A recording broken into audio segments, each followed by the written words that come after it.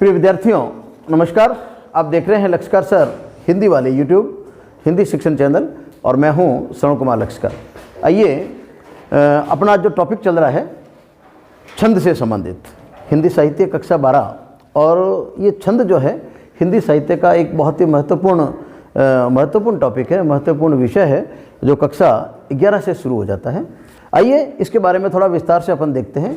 इसके पूर्व अपन ने देखा था छंद की परिभाषा अपन ने देख ली थी, और छंद की परिभाषा के बाद में अपन ने छंद के विभिन्न अंग देखे थे कि छंद के विभिन्न अंग कौन कौन से हैं, छंद के विभिन्न भाग अपन ने देखे थे कि छंद कितने प्रकार के होते हैं। तो मोटे रूप से अपन ने देखा था कि छंद 3 प्रकार के होते हैं, मात्रिक छंद, वर्णिक छंद और मुक्त छंद। मात्रिक छंद, वर्णिक छंद और मुक्त छंद। मात्रिक छंद किसे कहते हैं, कौन बताएगा आप में से? आइए आप आइए, आ जाओ यहाँ आ जाओ। हाँ बताओ बेटा, बोलो। छंदों में मात्राओं का नियम होता है और वर्णों पर कोई ध्यान नहीं दिया जाता, उसे मात्रिक छंद कहते हैं।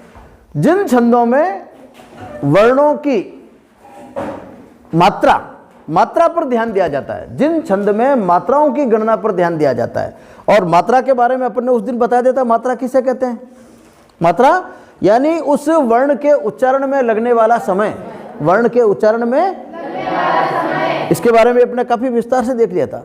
तो वर्ण के अंदर वर्ण के उच्चारण में जो समय लगता है उसे मात्रा कहते हैं, और मात्रा के अंदर मात्रिक छंद में मात्राओं की गणना का ध्यान रखा जाता है। ऐसे छंद जिसके अंदर मात्राओं की गणना का ध्यान रखते हैं, 1 2 3 कितनी मात्राएं होगी, कैसे होगी, ठीक है। तो जहां पर इस प्रकार की गणना होगी मात्रिक छंद कहलाता है, ठीक है। इसको अपन और विस्तार से आगे देखेंगे। इसके बाद में वर्णिक छंद। वर्णिक छंद किसे कहेंगे? आप बोलो, नाम बताओ अपना। मोनिका प्रजापति। जिन छंदों में वर्णों को निश्चित क्रम में रखा जाता है उसे वर्णिक छंद कहते हैं। जिन छंदों में वर्णों को एक निश्चित क्रम में रखा जाता है, यानी किसका ध्यान रख रहे हैं अपन यहाँ पर? वर्णों का ध्यान रख रहे हैं। यहाँ पर किसका ध्यान रख रहे हैं?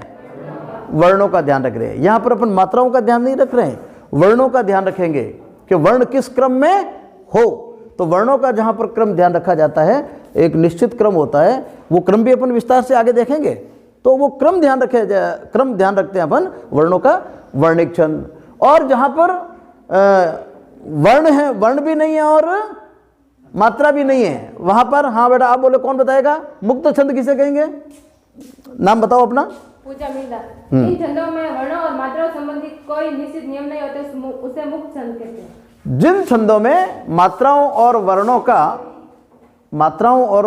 का किसी प्रकार का नियम नहीं होता, यानी जो मन में आए, जहां मन में आए जैसी मात्रा लगा लें, जिस प्रकार की इच्छा हो वैसा वर्ण वहां पर लगा ले, वर्णों का भी कोई निश्चित क्रम नहीं होता।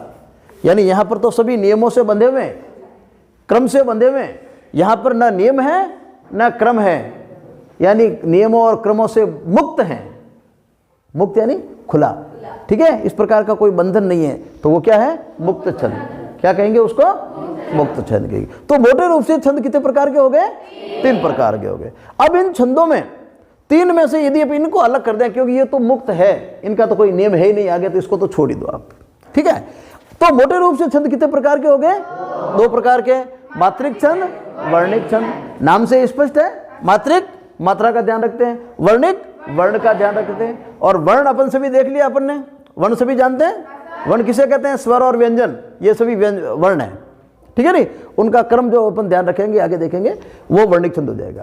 अब मात्रिक छंद और वर्णिक छंद, इनको यदि अपन और आगे बांटें, आगे अपन चलें, छंद का विस्तार करें, तो इस प्रकार के जो छंद होते हैं वो 3 प्रकार के होते हैं। मात्रिक छंद कितने प्रकार के होते हैं? 3 प्रकार के। कितने प्रकार के होंगे?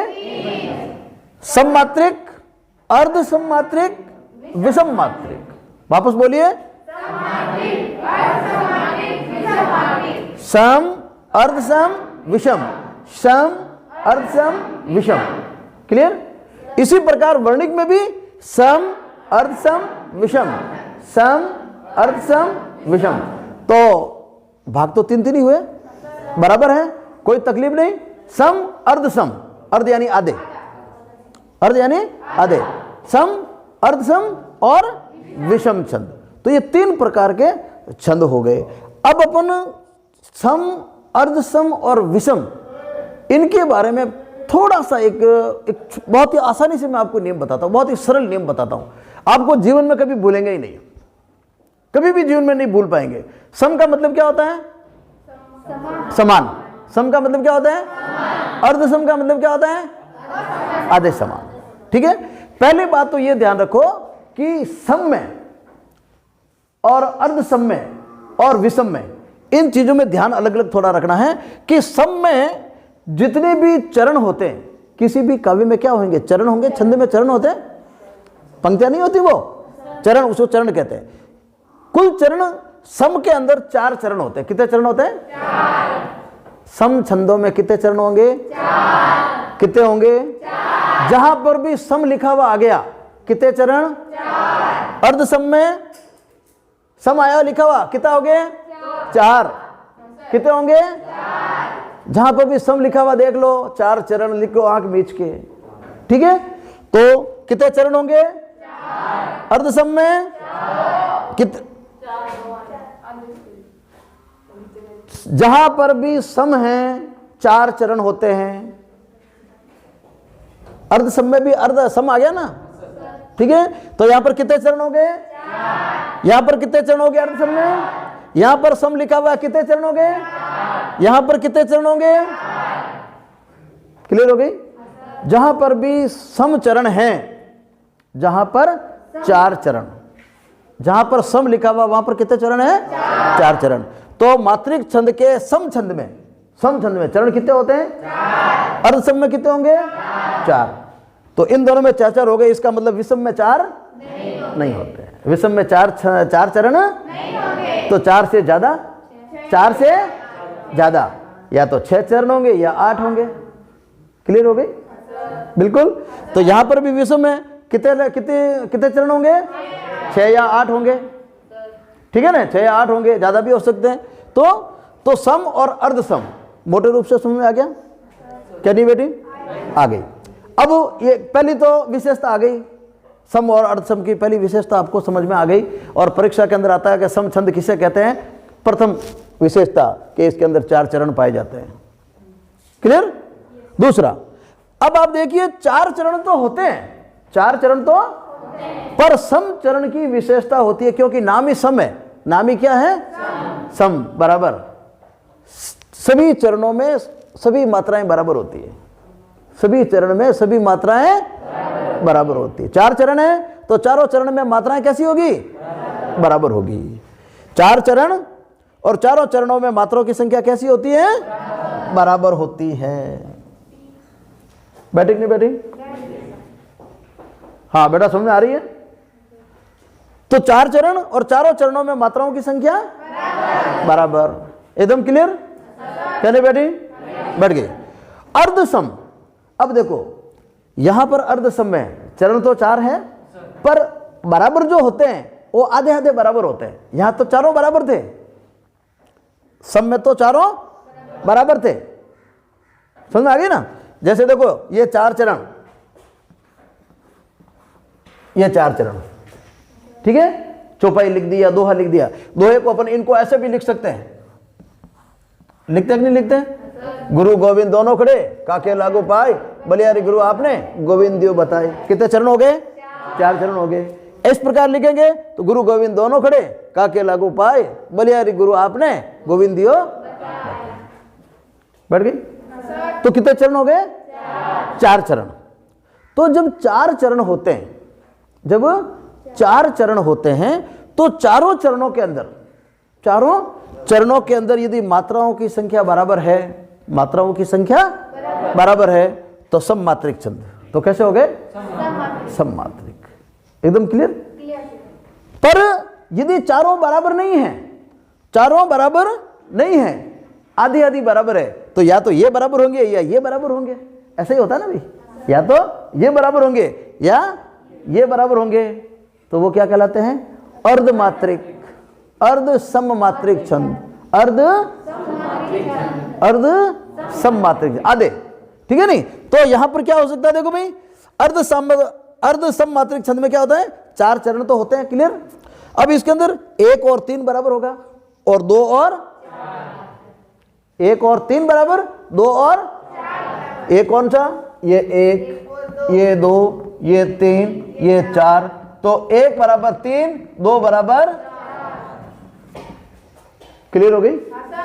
इस प्रकार की जो जहां पर व्यवस्था होती है, जिन छंदों में होती है, मात्राओं की संख्या यानी 1 और 3 बराबर की मात्रा होती है और 2 और 4 होती है, अर्ध सममात्रिक छंद। तो अर्ध सममात्रिक छंद किसे कहते हैं? 2 शर्तें बता दी। पहली शर्त 4 चरण, दूसरी शर्त 1 और 3, 1 और 3 समझाने के लिए, प्रथम पद और तृतीय पद के मात्राओं की संख्या बराबर, द्वितीय और चतुर्थ के मात्रा की संख्या बराबर, क्लियर। तो इस प्रकार अपन ये अर्धसम की मात्राओं की संख्या अपन ने देख ली और इसके ये आगे परिभाषा लिख सकते हैं, इसकी विशेषता लिख सकते हैं, क्लियर।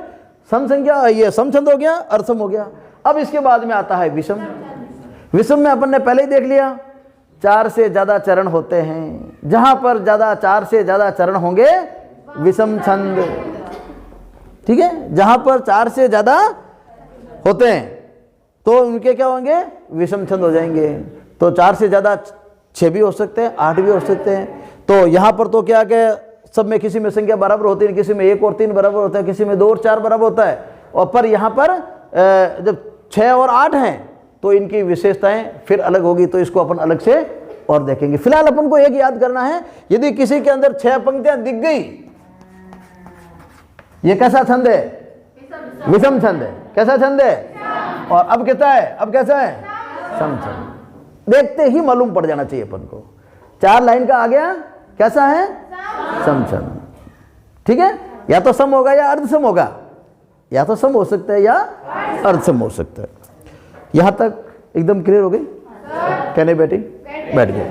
अब चलते हैं अपन वर्णिक छंद। बिल्कुल इसी प्रकार जहां पर ये मात्राएं अपन ने चेक की थी, जहां पर मात्राएं देखी थी, यहां पर वर्ण देखेंगे। तो जहां पर वर्णिक छंद के अंदर पहले तो अपन देखेंगे कि वर्ण के आधार पर अपन चेक करते हैं, यहां पर भी 4 चरण होते हैं, तो सम मात्रिक, सम वर्णिक छंद, ठीक है। और अर्धसम में 4 चरण होंगे, चरण तो 4 ही होंगे, पर यहां पर सभी चरणों में वर्णों की संख्या बराबर होगी। किसकी संख्या बराबर होगी, यहां पर किसकी संख्या बराबर होती है, मात्राओं की, क्योंकि मात्रिक छंद। यहां पर किसकी संख्या देख रहे हैं अपन, वर्णों की देखते हैं, ठीक है। तो वर्णों की संख्या जहां पर बराबर है चरणों में, तो सम मात्रिक नहीं, सम वर्णिक छंद। और जहां पर वर्णों की संख्या प्रथम पद की और तीसरे पद की वर्णों की संख्या बराबर, और दूसरे की और चौथे की वर्णों की संख्या बराबर, तो कैसा, अर्धसम। और जहां पर वर्णों की संख्या चारों में ही अलग अलग, चारों में ही अलग अलग, तो क्या हो जाएगी, विषम मात्रिक हो जाएगी, ठीक है भाई। हाँ, विषम छंद हो जाएगी, ठीक है भाई, विषम वर्णिक छंद हो जाएगी, ठीक है नहीं। क्यों, क्योंकि यहां पर 4 से ज्यादा है, क्यों, पर यहां पर लाइनें कितनी हो जाएगी, चरण कितने हो जाएंगे, 4 से ज्यादा हो जाएंगे, इसलिए सबके अलग अलग हो सके, 1 से 4 तक अलग हो, 2 से ये 5 और 6 की अलग हो, या पहले और दूसरे के अलग हो, 3 से लेकर 6 तक अलग अलग हो। तो सम कहते ही अपने दिमाग में आना चाहिए कि 4 चरण, और विषम कहते ही अपने दिमाग में आता है 4 से ज्यादा चरण, क्लियर है। तो इस प्रकार ये था छंद के प्रकार, मोटे रूप से अपन ने देखे। अब अपन इसको और विस्तार से देखेंगे। जैसे सम मात्रिक छंद है तो वो कौन कौन से होते हैं, उनकी कौन कौन सी विशेषताएं होती है, और किस प्रकार इसको अपन पकड़ते हैं, किस प्रकार उनकी पहचान करते हैं, इसके बारे में अपन विस्तार से अगले वीडियो में चेक कर रहे हैं, देख रहे हैं। आप इसको लिख लीजिए और चलते रहिए हमारे साथ, देखते रहिए लक्ष्यकार सर यूट्यूब हिंदी शिक्षण चैनल। धन्यवाद।